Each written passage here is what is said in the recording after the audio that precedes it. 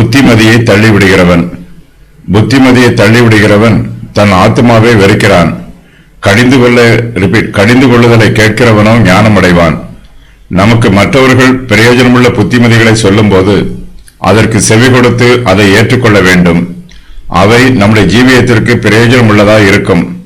புத்திமதிகளை தள்ளிவிடுகிறவன் தன்னுடைய ஆத்மாவை வெறுக்கிறான். அப்படிப்பட்டவன் தன்னுடைய ஆத்மாவை கவனிக்காமல் புறக்கணித்து விடுகிறான். பாவிகள் தன்னுடைய ஆத்மாவின் முக்கியத்துவத்தை உணர்ந்து கொள்வதில்லை. அவர்கள் தங்கள் ஆத்மாவை அசட்டை பண்ணி தங்களுடைய நித்திய ஜீவனையே இழந்து போகிறார்கள். பாவிகளுக்கு மாம்சத்தின் இச்சைகளே முக்கியமானதாக தெரிகிறது. அவர்கள் ஆத்மாவின் நன்மையை தேடுவதில்லை. சரீரத்தை சிநேகிக்கிறவன் தன் ஆத்மாவை பகைக்கிறான். கடிந்து கொள்ளுதலை கேட்கிறவன் ஞானம் அடைவான். மற்றவர்கள் நமக்கு கடிந்து கொண்டு புத்தி சொல்லும் போது நம்முடைய ஆத்மாவுக்கு எச்சரிப்பு கொடுக்கப்படுகிறது. நாம் இதுவரையிலும் தீய வழிகளில் சென்று கொண்டிருந்தால் மனம் திருந்தி நல்ல வழிக்கு வந்து விடுவோம்.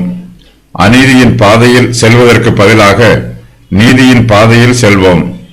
தங்கள் ஆத்மாவை வெறுத்தவர்கள் தாத்தான், சிதேக்கியா, நேபுகாத் நேச்சார், பெல்ஷாத்சார், யூதர்கள், கதரேனர், ஞானம் அடைந்தவர்கள், யோபுவின் சிநேகிதர், சமாரிய ஸ்திரீ, 2 சீஷர்கள், பவுல்.